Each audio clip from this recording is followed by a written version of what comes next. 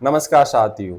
कभी कभी देश में आग लगाने के लिए पेट्रोल नहीं चाहिए होता, सिर्फ एक शब्द काफी होता है। एक शब्द जो गरीब के बेटे के सीने में तीर की तरह लगता है। एक शब्द जो बेरोजगार युवा की रातों की नींद छीन लेता है। एक शब्द जो उस छात्र को अंदर तक तोड़ देता है जो सालों से किताबों में आंखें गड़ा कर बैठा है। और वो शब्द था कॉकरोच। कहा गया कुछ युवा कॉकरोच जैसे, कुछ लोग पैरासाइट है, इस सिस्टम पर हमला करते हैं। लेकिन मेरा सवाल है, अगर गंदगी दिखाना सिस्टम पर हमला है तो गंदगी फैलाने वाला क्या है? अगर आरटीआई डालना हमला है तो फाइल छुपाने वाला क्या है?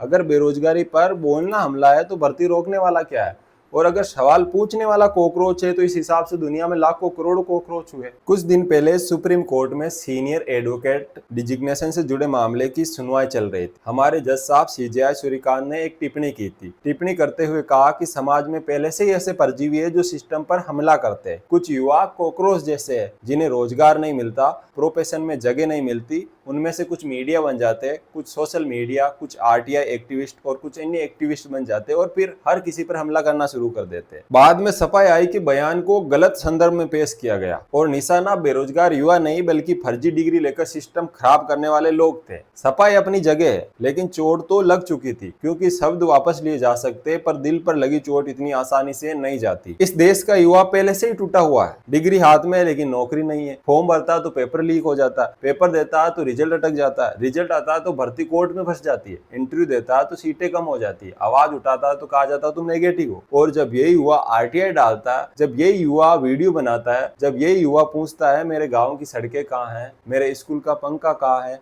मेरे रोजगार का वादा कहाँ गया, मेरे टैक्स का पैसा कहाँ गया, तो उसे कहा जाता है कॉकरोच। नहीं साहब, ये कॉकरोच नहीं है, ये वही नागरिक है जिनके नाम पर संविधान शुरू होता है।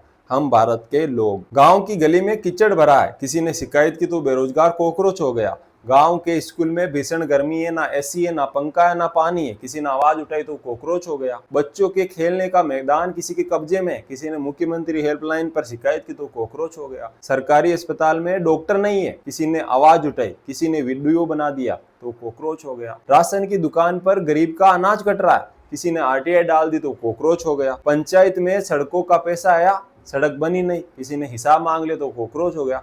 तो बताओ, गांव की समस्या उठाना अपराध है क्या? देश के मुद्दे उठाना अपराध है? स्कूल में मास्टर महीनों से नहीं आता, किसी ने शिकायत कर दी तो कॉकरोच हो गया। गांव में नाली साफ नहीं होती, किसी ने फोटो डाल दी तो कॉकरोच हो गया। बिजली का बिल गलत आ गया, किसी ने ऑफिस के चक्कर काटे तो वो कॉकरोच हो गया। अस्पताल में दवाई नहीं है, किसी ने आवाज उठाई तो कॉकरोच हो गया। स्कूल में टीचर नहीं है, किसी ने सवाल पूछा तो कॉकरोच हो गया। गरीब मजदूर अपनी मजदूरी मांगने लगा तो वो कॉकरोच हो गया। एक आम आदमी ने कहा साहब मेरा हक कहाँ है, तो वो कॉकरोच हो गया। तो फिर बताओ, इस देश में इंसान कौन है? पेपर लीक पर छात्र सड़क पर आया तो कॉकरोच हो गया।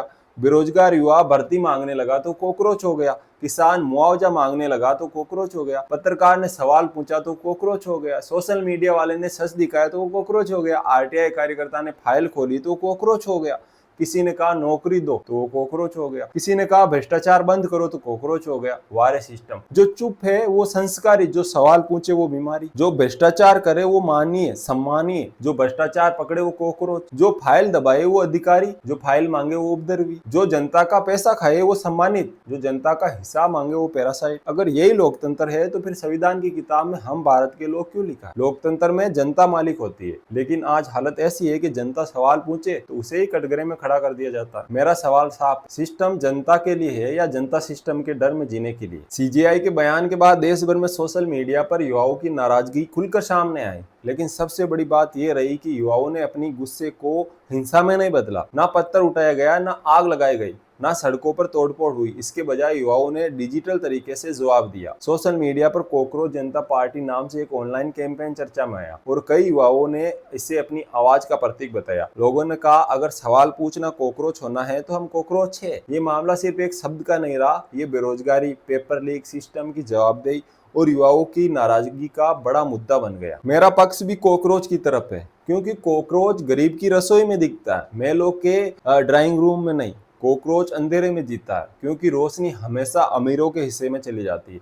कॉकरोच को कुचलना आसान है, लेकिन खत्म करना मुश्किल है। और यही इस देश का युवा है। कुचला गया, ठुकराया गया, मजाक बनाया गया, लेकिन खत्म नहीं हुआ। वो फिर उठेगा, फिर फॉर्म भरेगा, फिर परीक्षा देगा, फिर लाइन में लगेगा, फिर सवाल पूछेगा, फिर आरटीआई डालेगा, फिर वीडियो बनाएगा और फिर बोलेगा मैं नागरिक हूँ, गुलाम नहीं किसी का। हम न्यायपालिका का सम्मान करते हैं, हम संविधान का सम्मान करते हैं, हम हर संस्था का सम्मान करते हैं, लेकिन सम्मान का मतलब चुप्पी नहीं होता। सम्मान का मतलब है सच बोलना, गलती पर सवाल करना और सिस्टम को बेहतर बनाना। अगर गांव की गली साफ मांगना अपराध है, अगर स्कूल में पंखा मांगना अपराध है, अगर अस्पताल में दवाई मांगना अपराध है, अगर भ्रष्टाचार पर आरटीआई डालना अपराध है, अगर बेरोजगारी पर सवाल पूछना अपराध है, तो लिख लो, इस देश का हर जागा हुआ युवा कॉकरोच, हर ईमानदार आरटीआई कार्यकर्ता कॉकरोच है, हर सवाल पूछने वाला नागरिक कॉकरोच है, हर गरीब का बेटा कॉकरोच है, हर गांव की आवाज कॉकरोच। लेकिन याद रखना, कॉकरोच अंधेरे में डरता नहीं, कॉकरोच कुचले जाने के बाद भी बच जाता है। और जब करोड़ों कॉकरोच एक साथ निकलते हैं तो मेलों की नींव हिल जाती है। जय हिंद साथियों।